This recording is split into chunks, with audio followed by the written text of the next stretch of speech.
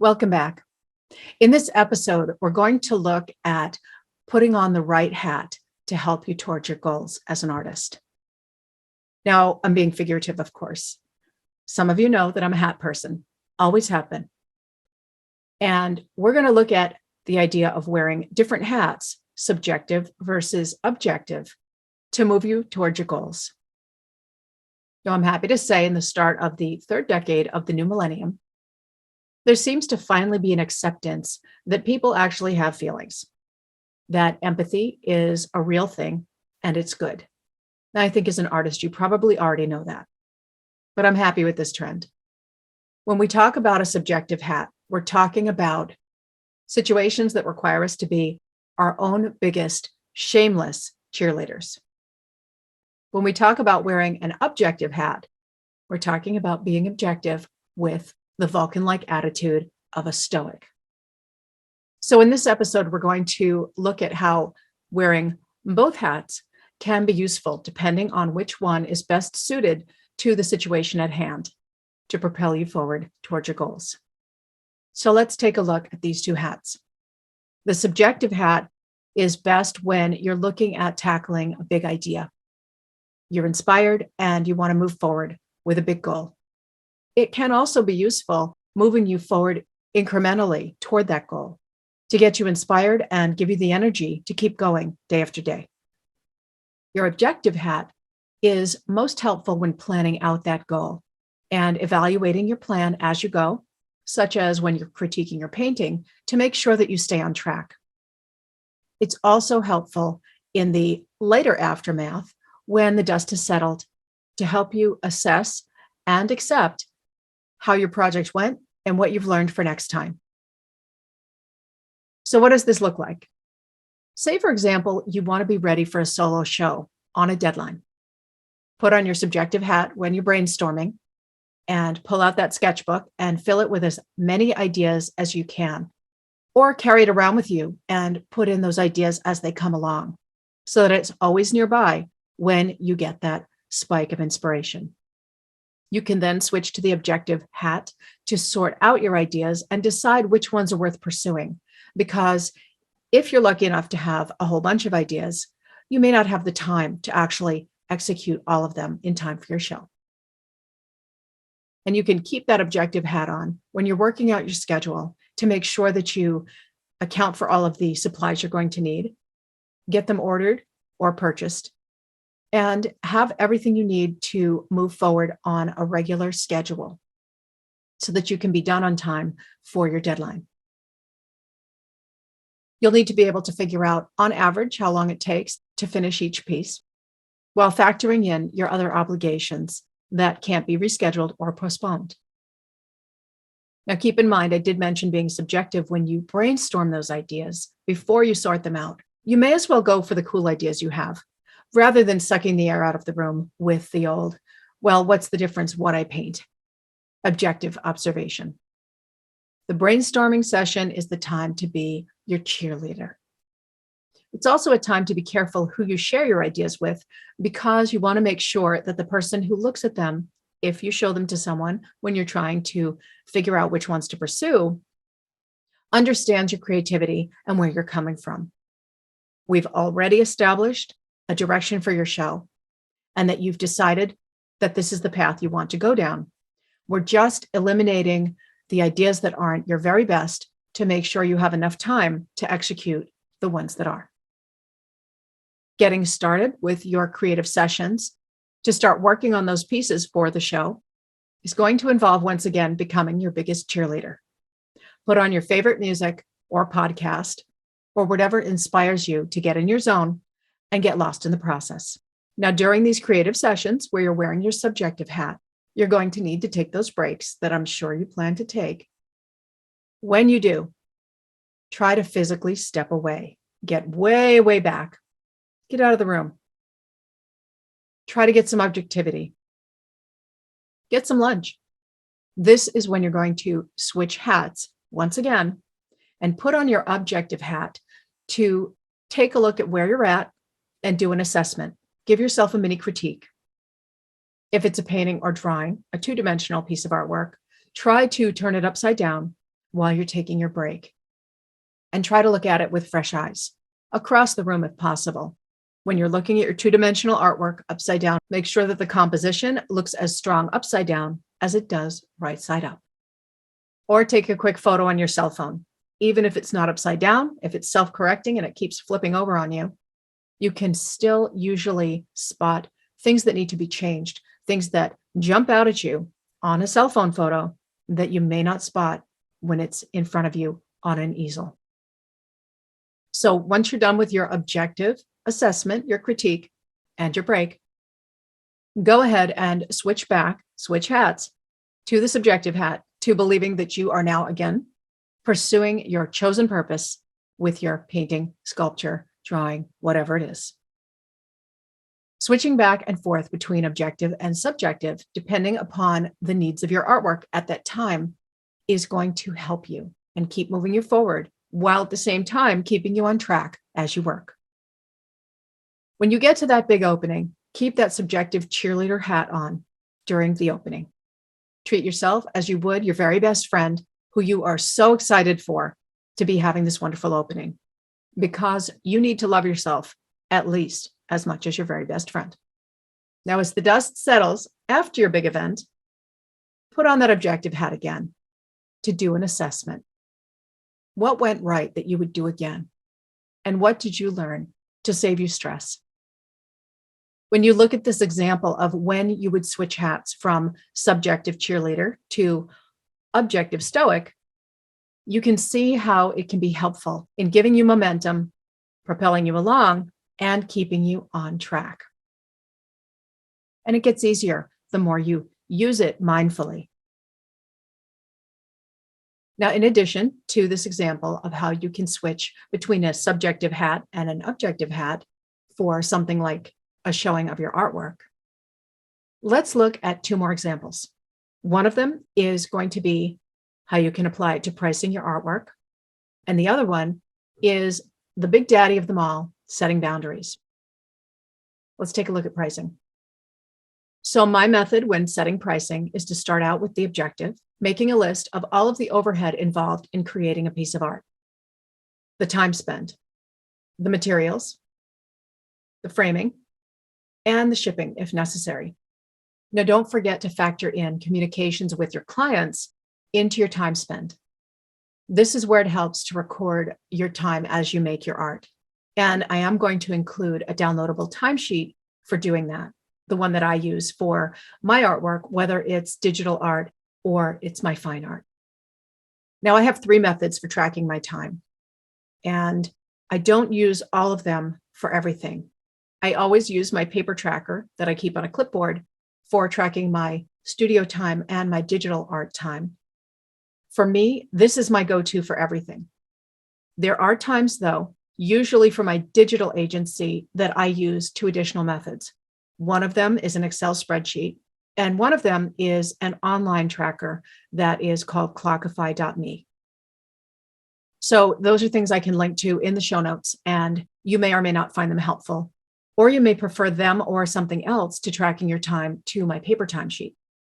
The bottom line is, whatever method that you use, I recommend choosing one to record your time spent. And that includes the communication time that you spend with clients, arranging for anything that's on commission or anything where a client is involved.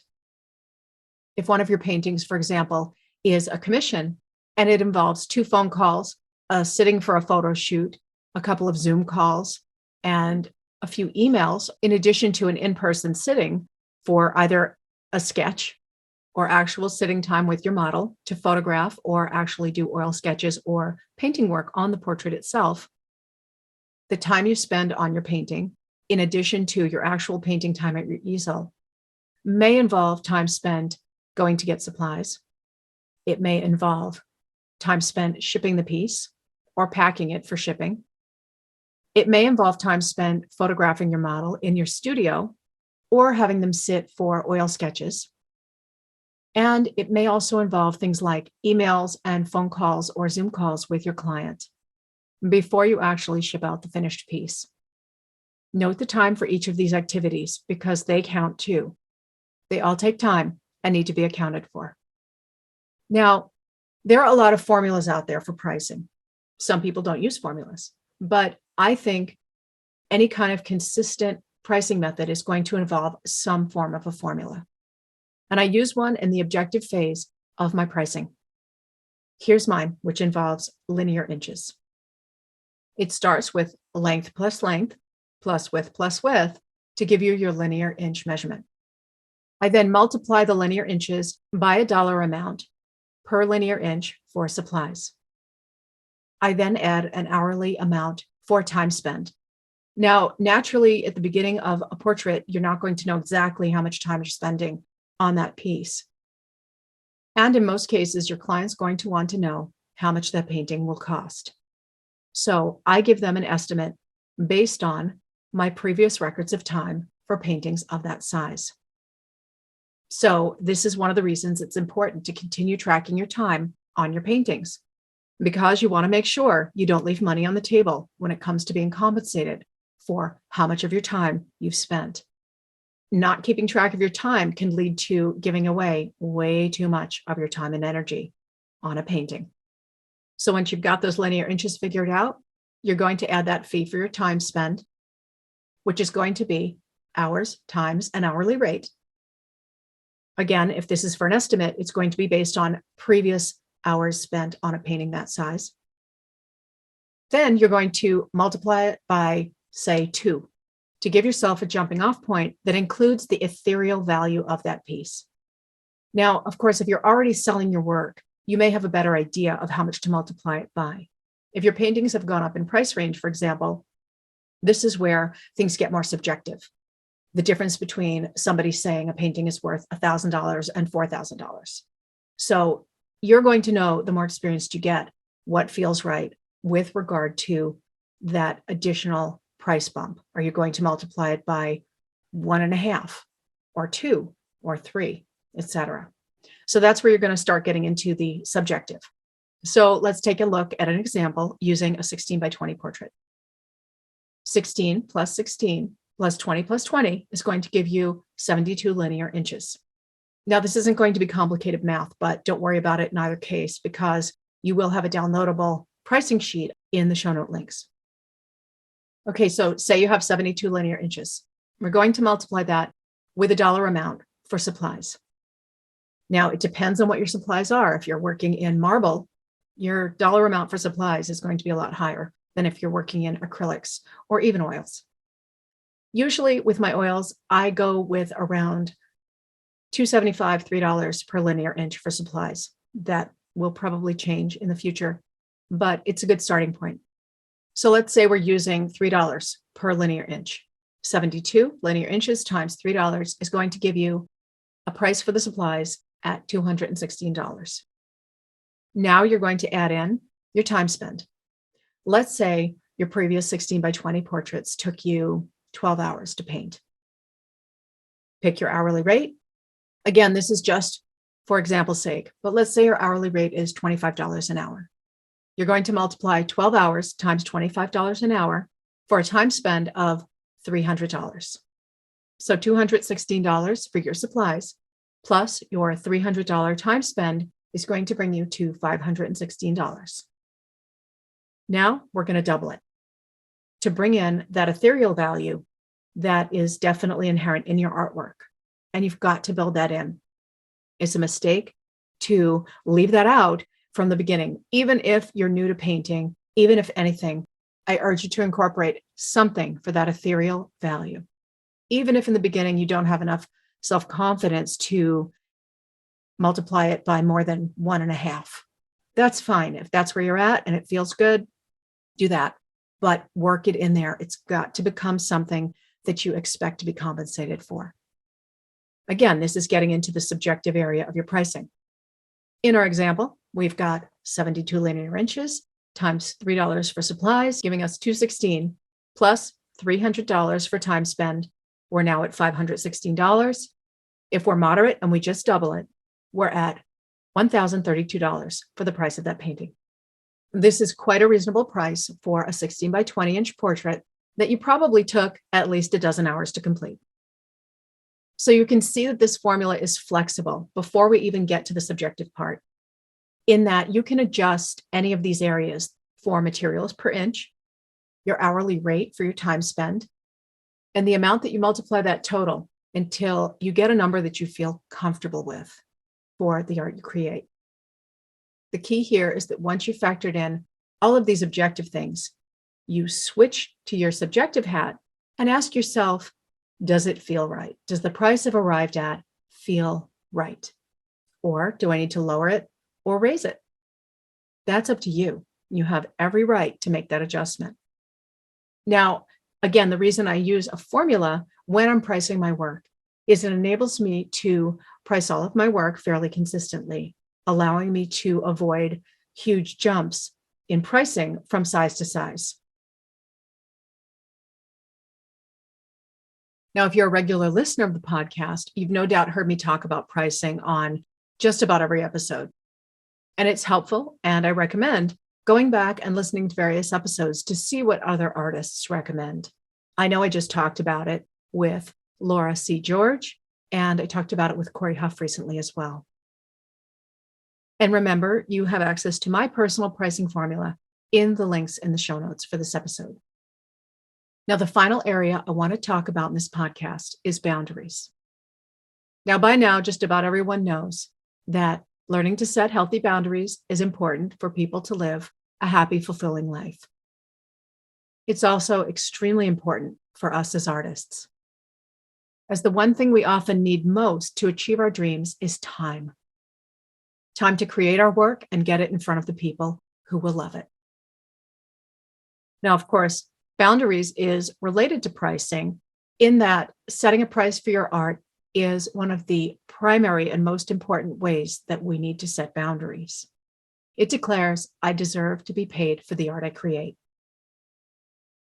Now, of course, boundaries is something so big that I could dedicate an entire podcast to it, let alone a podcast episode. So what I'm going to do here is give you an example and some recommendations, and then link to resources for further learning if you're interested. Okay, have you ever had a friend ask you for advice when they were really torn over something that they should do or not do? It's most likely something that they were emotionally invested in, something tied to an important relationship they were afraid to lose or damage by saying no and drawing a boundary. Okay, the example I'm going to give you is my sister has asked me to pet sit her dog last minute while she goes on vacation. Now, she knows that I usually have to work late. I have a very demanding job. And this week in particular, when she wants me to pet sit, I need to work late at least 4 out of 5 nights. And the 5th night is date night. So this is something that is going to be inconvenient to me at the very best. It's going to emotionally mess up my weekend because I'll miss date night. And I'm not even sure I can figure out how to do it, even if I wanted to, which we haven't even addressed. We haven't looked at even if it's something I want to do for her. Okay, so we often have solutions for these things for our friends who ask us for advice because we're not the ones emotionally invested. We can often see the unfairness of the situation, as well as the negative impact that doing this favor is going to have on our friend if they give up their boundary and forfeit their own needs. It's important to remember that every time a person gives up their boundaries, the offender is going to gain a little bit of ground, making it almost certain that they're going to encroach on our sacred space again in the future. So here we go, putting on our objective hat, pretending that we are looking at the situation, pretending we are giving advice to a friend, that it's not something that is happening to us. We are going to step way, way back here. We are, in fact, going to pretend we are observing the request of person A, the requestor, for help from person B. That is our friend or maybe us. Now think about what you'd tell your best friend or person B if they ask for advice on how to handle this situation. It may be very clear to you what they should do. Now, as with the pricing exercise, put your subjective hat back on and look at your solution and ask yourself how that solution feels if you were the one who the request was made of. Does it feel expansive, like a Friday at 5 p.m., or contracted, like a Monday at 8 a.m.? In the beginning, when you're practicing setting boundaries, setting any boundary is going to feel like that Monday. It's going to feel constricted, tense, and tight. Now, as you get more practice, this should get easier. And you should start to feel like you've had a little win each time you're able to draw a line in the sand and set a boundary. But when you put on your subjective hat, if you run through the solution you've suggested and it feels just way too Monday to go with the advice you've given your friend, you may need to look into developing stronger boundaries in general. Or you may just have an issue with this one person. If this is the first time they've asked, and especially if it's a last-minute request, remember that the way you respond is going to train them for next time. So I recommend laying down some kind of boundary with love. They may surprise you and be understanding and tell you they're fine with it. And I recommend you don't read into that and tell yourself they're saying that, but they're not fine with it. Just go with it. It's a gift. If they're unreasonable when you set your boundary, you've got work to do with this particular person. You're either going to need to retrain them about your boundaries or cut them out of your life as much as possible. If they're a relative, this is more difficult than it is if they are a friend or, of course, an acquaintance at work. Now, disclaimer time as usual, I am not a psychologist, but I am someone who has done a lot of work on my boundaries. And I know that setting boundaries is a very important step for everyone to learn, especially artists. So if you find that boundaries is a big issue, a big stumbling block for you, I recommend you check out Terry Cole's website. She also goes by The Boundary Boss and has a book by that name that's extremely helpful. There are going to be many websites you can find out there on the topic of boundaries. So far, this has been the most helpful for me. Reading her book and reading blog posts or podcast episodes, Terry Cole seems to have a really great way about her to help people learn how to navigate their boundaries. This is not an affiliate link. I'm just sharing with you what has helped me the most regarding this particular issue. And I find that switching between the subjective and objective hats in the issue of boundary setting is extremely helpful in figuring out what boundary I would set if I were talking to someone else, and then dropping it back into the reference point of, if it's my boundary, am I actually going to be able to live with this and move forward? So there you have it. 3 different scenarios in which switching between a figurative subjective hat and objective hat can help you move forward with your goals as an artist. Please let me know how you approach your goals as an artist by leaving a comment. For those of you whose goals include learning to become a portrait painter, don't forget to sign up for my email list at passionatepainterpodcast.com. When you do, you'll not only get access to my freebie vault of downloadables, including the ones discussed in this episode, you'll also receive a coupon code for $50 off when my new online course, The Portrait Code, launches on March 10th, 2022. Until next time, go make something.